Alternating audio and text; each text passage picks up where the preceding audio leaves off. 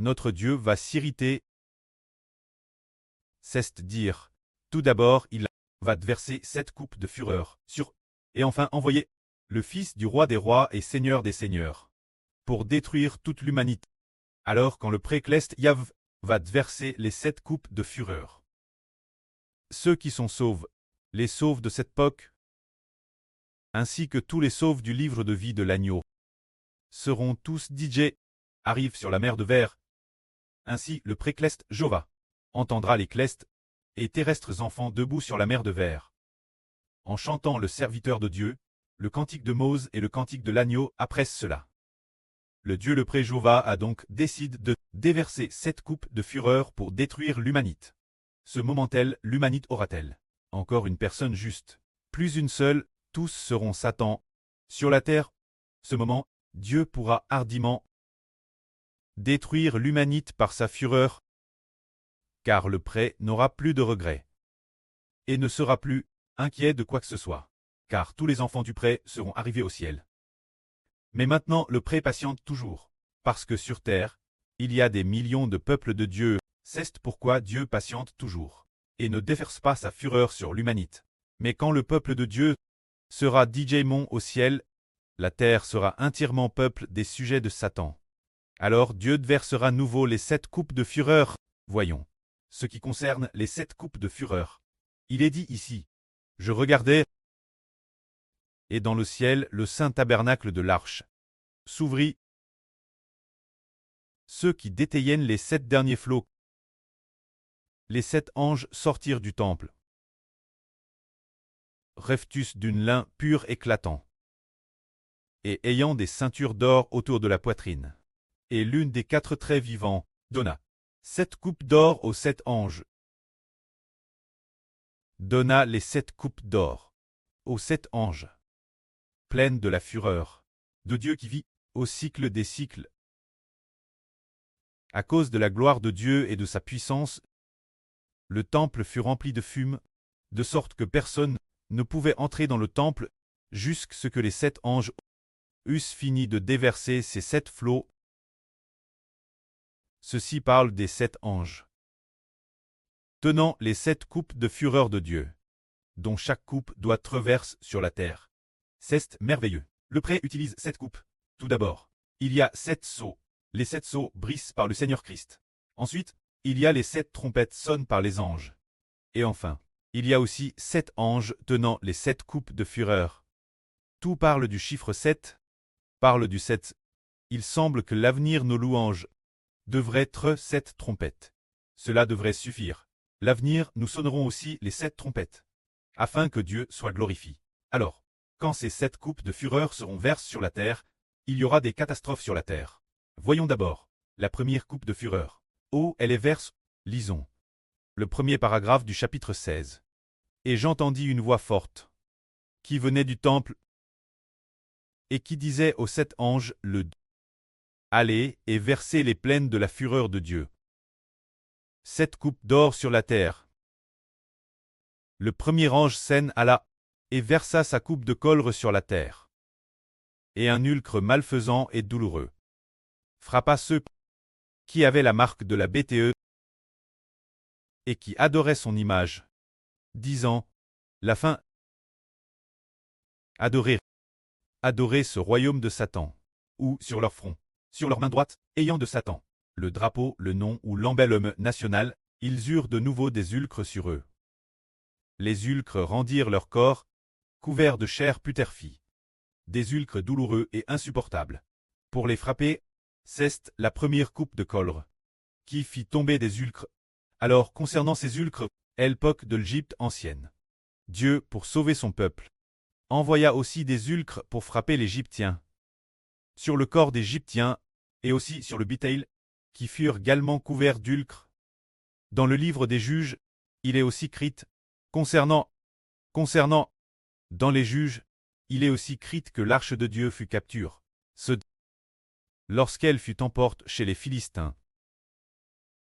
Dieu, c'est dans le premier livre de Samuel, Dieu envoya aussi des ulcres, pour frapper les Philistins, couvrant les Philistins d'ulcres, de sorte qu'ils souffrirent atrocement. Qui aurait cru que ces ulcres apparut chez les Philistins, et aussi en Égypte, de manière inattendue. La fin de ce monde apparaîtrait aussi sur les peuples de toute nation de Satan. Ceste, la première coupe de colre verse sur la terre. Alors, la deuxième coupe de colre, Dieu la versa dans la mer. Regardons. Le second ange scène alla et versa sa coupe de colre dans la mer. Et l'eau de la mer devint comme le sang d'un mort. Et tout trait vivant dans la mer mourut. Cette deuxième coupe de colre, c'est que dans la mer, toute vie a pris. Toute la mer devint du sang. Cela a tué directement les créatures marines. Alors, voyons la troisième coupe de colre. Le troisième ange scène alla et versa sa coupe de colre dans les fleuves et les sources d'eau, et les eaux devinrent du sang. Et j'entendis l'ange des eaux dire: Toi qui es, et qui t'es saint, tu es juste d'avoir ainsi jugé, car ils ont vers le sang des saints certes et des prophètes. Et maintenant, tu leur as donné du sang boire, c'est ce qu'ils méritent. Puis j'entendis une voix venant de l'autel qui disait: Oui, Seigneur Dieu Tout-Puissant, tes jugements sont véritables et justes. C'est la troisième coupe de colre, qui est verse dans les eaux et les sources.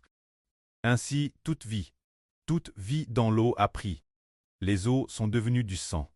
Alors, il est dit ici: Tu leur as donné du sang boire, c'est leur juste châtiment. Ce sang boire, qu'est-ce que cela signifie? Le sang de qui boivent-ils? Leur propre sang. C'est-à-dire ceux qui appartiennent à Satan, boivent leur propre sang. C'est une métaphore, ce qui signifie qu'ils sont tués et que leur sang coule. Cause deuxièmement, dans le sens où leur propre méchanceté reçoit sa répulsion.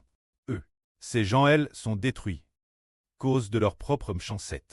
Leur propre méchanceté se retourne contre eux, ce qui signifie que cela s'accomplit sur eux. C'est pourquoi ils ont autrefois vers le sang des justes. Maintenant, Dieu fait couler leur sang comme s'ils buvaient leur propre sang. Ils sont détruits parce qu'ils ont fait le mal. Ce qui revient dire qu'ils se sont tués eux-mêmes. Bien qu'ils aient tué le peuple de Dieu, au final, c'est devenu comme s'ils s'étaient tués eux-mêmes. C'est cela. Boire son propre sang. Le quatrième ange scène alla et versa sa coupe de fureur sur le soleil. Et le soleil devint brûlant comme le feu. Capable de brûler les hommes? Après avoir tebérélès par la chaleur ardente du soleil, ils blasphémèrent le nom de Dieu qui a l'autorité sur ses flots. Et ils ne se repentirent pas. Pour lui donner gloire, c'est dire que ceux qui appartiennent Satan. Au moment de la quatrième coupe de fureur, le soleil devint extrêmement chaud. Et les brûlants comme le feu. Par exemple, le corps humain peut s'adapter. Tout au plus une quarantaine de degrés. Mais alors, ce moment tel, quel point la chaleur est-elle ardente? Comme 70 ou 80 degrés, alors, ils furent extrêmement irris. Et ainsi, ils se mirent maudire notre Dieu. Sans lui donner gloire, on voit donc que ceux qui appartiennent Satan, peu importe comment Dieu les frappe, ne peuvent pas se repentir. Seuls ceux qui appartiennent Dieu peuvent se repentir. Ceux qui appartiennent Satan, plus on les frappe, plus ils se mettent en colère. Frère Hibert s'est aussi souvenu qu'il y avait autrefois quelqu'un qui, frère Hibert, avait conseillé de se tourner vers Dieu. Plus il le conseillait, plus cette personne détestait frère Hibert. Frère Hibert trouvait cela étrange aussi. C'était une exhortation sacre et honte. Une exhortation juste pour qu'il se tourne vers Dieu et le Seigneur. Mais plus il l'exhortait, plus il le détestait. Si on ne l'exhortait pas, il était plus content, c'est-à-dire, il faisait le mal, et puis, quand on l'exhortait se tourner vers Dieu, il devenait très en colère et plein de haine. Mais ceux qui appartiennent Dieu, s'ils ont et sont exhorts, au contraire, ils se repentent et sont reconnaissants. Alors que ceux qui appartiennent Satan, lorsqu'ils sont frappés par Dieu, ils deviennent encore plus en colère contre Dieu. Regardons, le cinquième ange scène alla et versa sa coupe de fureur sur le traîneau de la bêtée, et le royaume de la bêtée fut plomb dans les ténèbres. Les sujets de la bêtée se tordaient de douleur et se mordaient la langue. Et ils causent de leur souffrance et de leurs ulcres, blasphémeront le Dieu et ne se repentirent pas de leurs œuvres. Se dire: Oh, la cinquième coupe de colre est-elle verse sur la terre, le royaume du monde de Satan. verse sur le trône de ses rois. Pour que le pouvoir des rois soit blasphémé, pour obscurcir le pouvoir des rois, alors, ceux qui appartiennent Satan, leurs sujets furent plomb dans la douleur, se dire. Ces monarques qui appartiennent Satan, ils se dire. Ils souffrirent atrocement. Dieu versa sa colère sur ceux qui règnent et ont le pouvoir. Alors ceux qui appartiennent Satan souffrirent atrocement. Il est dit ici, le royaume de la bête est le monde de Satan. Dans le monde de Satan, les régimes de toutes les nations et tribus, leur pouvoir fut par la colère de Dieu, verse sur la montagne. Alors ils souffrirent atrocement. Ce moment-tel, ils allaient madame, jusque quel point de souffrance. Ces sujets souffraient de manière si insupportable, que finalement certains allaient madame jusqu'à se mordre la langue, peut-être se mordre la langue, dans le sens de se suicider. Une souffrance indicible, alors cause de leur douleur et de leurs ulcres.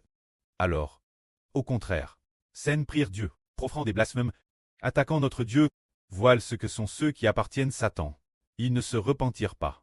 Alors le sixième ange, a-t-il vers sa coupe? En fait, le sixième ange prépare pour le roi des rois et le seigneur des seigneurs, les frères Hébreux. Le sixième ange versa la colère de sa coupe sur le grand fleuve Euphrate, et son eau tarit. Après que l'eau eut tari, toutes les nations et tribus de Satan pourraient venir en un lieu, se dire le territoire du grand fleuve Euphrate, quelque part dans, pour se rassembler, pour attaquer Dieu et son ointe, le Seigneur Christ et les Hébreux. Ce sont eux. Le sixième ange versa la colère de sa coupe sur le grand fleuve Euphrate, et l'eau cha immédiatement, afin de préparer la voie aux rois qui viennent de l'Orient. Et je vis 3 esprits impurs, semblables des grenouilles, sortir de la gueule du dragon, de la gueule de la bête et de la bouche du faux prophète. Ces esprits sont en fait des esprits de démons, qui font des prodiges et des miracles. Ces esprits vont vers les rois de toute la terre, afin de les rassembler pour le grand jour du châtiment des méchants par le Dieu Tout-Puissant. Le combat, disant, le Dieu Tout-Puissant, le grand jour du châtiment des méchants, nous disons, le grand jour de l'Éternel est proche. Et aussi que le jour du Seigneur est proche, le jour du Seigneur est proche, la 6e coupe de colère est verse sur ce grand fleuve Euphrate. Alors, l'eau du fleuve s'est tarie. Alors tous les rois et les généraux des nations de la terre, ils se sont tous rassemblés. L'endroit appelle Armageddon. Alors le grand jour de l'Éternel ceste, le roi des rois et seigneur des seigneurs, descendant du ciel pour détruire toutes les nations et tous les peuples. Dans ce lieu appelle Armageddon, se dire verser le sang de toutes les nations et de tous les peuples, pour se dire fouler la cuve du vin de la colère du Dieu Tout-Puissant. Se dire, ce lieu appelle Armageddon. Où se trouve cet endroit? Nous ne pouvons pas le savoir, mais la prophétie biblique dit que c'est ce qu'on appelle le grand fleuve Euphrate. Quelque part dans la région, sur la terre, il y a un fleuve appelé l'Euphrate, se dire quelque part PRS du grand fleuve Euphrate. C'est elle qu'il détruira toutes les nations et tous les peuples. Ce moment-tel sera appelé le grand jour de l'Éternel, le grand jour du Dieu Tout-Puissant, également appelé le grand jour du Seigneur Christ. Se dire le roi des rois et seigneur des seigneurs les Hébreux, et les frères et sur Clest, descendant pour brûler toutes les nations. Ce sera que la gloire soit rendue auprès et au Seigneur.